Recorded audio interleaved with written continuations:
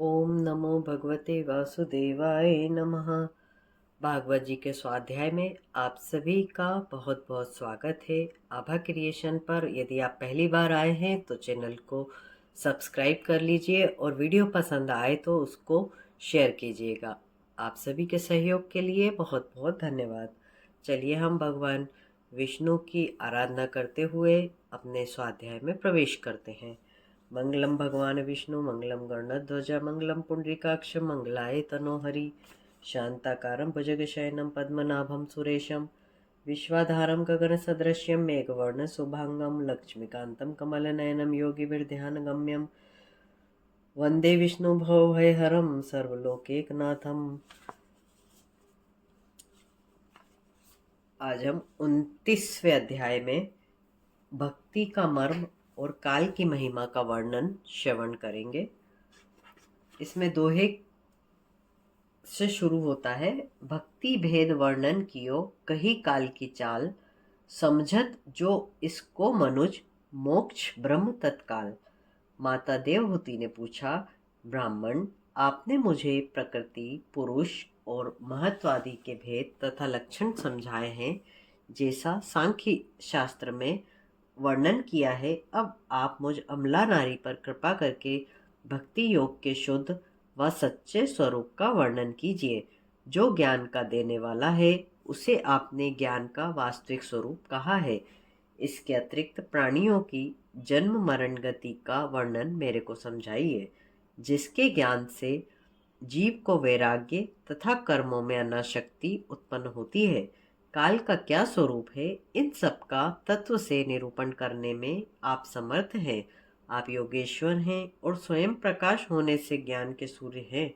कपिल देव जी बोले, हे माता, तत्वज्ञानियों ने भक्ति योग के अनेक भेद वर्णन किए हैं। तामसी पुरुष जो शत्रु भाव हिंसा अथवा दम से मुझे प्रेम करता है, वे मेरे तामस भक्त हैं।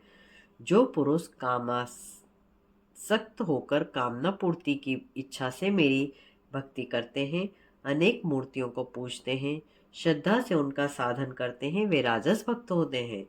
भगवत प्रेम तथा भगवान की आराधना करना मनुष्य का धर्म है, यह समझकर मेरी पूजा करते हैं, वे सात्विक भक्त हैं। जो मनुष्य निष्काम भाव से अनन्य प्रेम होने के कारण मेरी निर्गुण उपासना करते हैं, अर्थात मुझ परमात्मा को निष्काम और अनन्य प्रेम के साथ निरंतर आराधना करते हैं, उस मेरे भक्त को सालोक्य शाष्टि सामिष्टि सारूप्य और सामुज्य योग मोक्ष की भी कामना नहीं होती। वह इन 5 प्रकार की मुक्ति की कोई चाहना ना करके निरंतर मेरी निर्गुण भक्ति में लीन रहता है। वह निर्गुण भक्ति योग ही महान उच्चतम शक्ति है, जिसे प्राप्त करके पुरुष त्रिगुणमयी मेरी माया को पार करके मेरे अप्राकृत स्वरूप की उपलब्धि करता है। हे माता, जो पुरुष नित्य नैमित्तिक कर्मों को नियम से करता है, उन कर्मों में निष्काम भावना रखता है, अर्थात उनके फल की कोई कामना नहीं करता, जो नित्य शास्त्र निहित कर्मों को करता है, जो सर्वभूतों में मुझे विद्यमान समझकर मेरी मूर्ति का पूजन वंदन दर्शन स्तुति करता है, दीनों पर दया करता है, समदर्शी होता है, सांसारिक भोगों से विरक्त रहता है, अध्यात्म तत्व को प्रदर्शन करने वाले शास्त्रों का नित्य नियम से अध्ययन मनन और श्रवण करता है। मेरे नाम संकीर्तन करने और अहंकार के त्याग करने से मेरा भक्त सहज ही मुझे प्राप्त कर लेता है। जिस भांति पुष्प से उड़कर गंध वायु के द्वारा नासिका में पहुंच जाती है, उसी भांति भक्ति योग के द्वारा मनुष्य का चित्त संपूर्ण विकारों से रहित होकर मुझ परमात्मा में पहुंच जाता है। मैं सर्वात्मा अंतर्यामी होने के कारण सब भूतों में व्याप्त हूँ। मेरी सत्ता के बिना पत्ता तक नहीं हिलता। मैं कण कण में समाया हूँ, इसलिए मैं सर्वभूतात्मा हूँ। जो मनुष्य मुझ परमात्मा को सर्वभूत स्थित ना समझकर केवल मूर्ति में ही मुझे मानकर मेरी प्रतिमा की ही पूजा करता है, वह मूर्ख केवल पूजा का स्वांग करता है।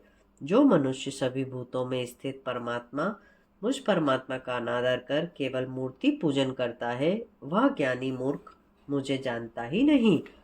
उसका यह पूजन कर्म ऐसे ही है जैसे राख में किया हुआ हवन जो व्यर्थ निष्काम होता है।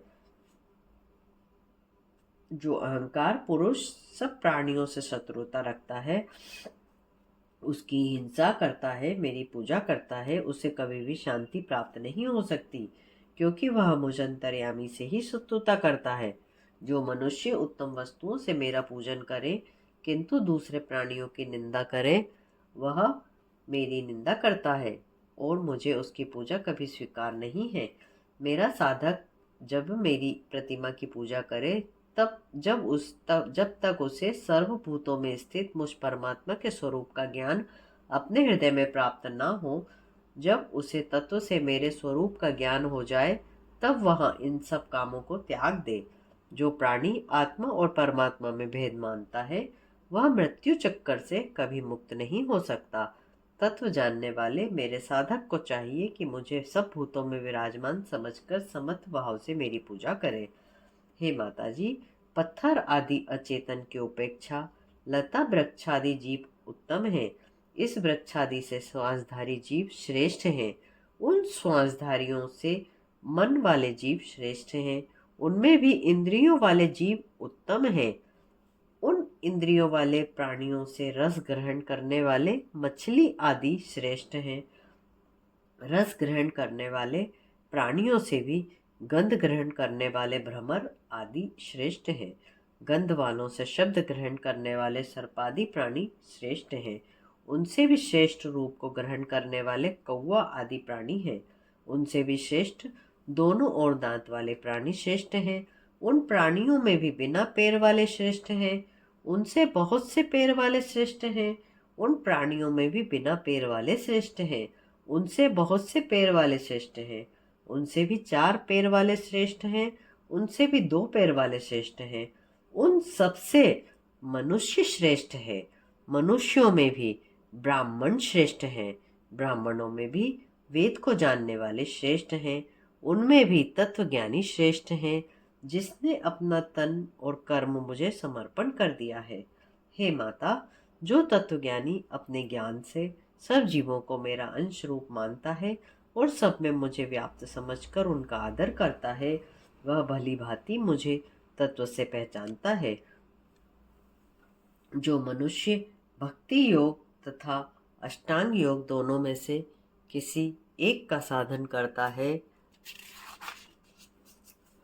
अवश्य ही मुझे प्राप्त कर लेता है।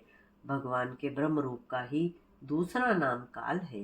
प्रकृति और पुरुष ये दोनों काल के ही रूप हैं, किंतु काल इन दोनों से परे है, अर्थात अलग है। यह काल ही विष्णु होकर पालन करता है तथा ब्रह्मा होकर उत्पत्ति करता है। यह काल ही प्रमादी प्राणियों का संहार करता है। इसी से भय से सूर्य तपता है, वायु चलता है, समुद्र मर्यादा नहीं छोड़ता, इंद्र वर्षा करता है, वनस्पतियां वृक्षादि फूलते हैं। उसी काल भगवान के भय से यह विश्व अपने अपने कार्य नियमवत करते हुए स्थित है। काल भगवान स्वयं अनादि है तथा दूसरों के उत्पत्ति करता है। यह अनंत स्वयं अनंत है और दूसरों का अंत करने वाली मृत्यु है। यह संहार शक्ति है, ब्रह्मादि आदि का भी काल है। इस प्रकार 29वां अध्याय समाप्त होता है। कल हम श्रवण करेंगे 30वें अध्याय में विषयासक्त पुरुषों की अधोगति के वर्णन को। कर्पूरगौरं करुणावतारं संसार सारं भुजगेन्द्रहारं सदा वसन्तं हृदयारविन्दे भवं भवानी सहितं नमामि। आप सभी का वीडियो देखने के लिए बहुत बहुत धन्यवाद।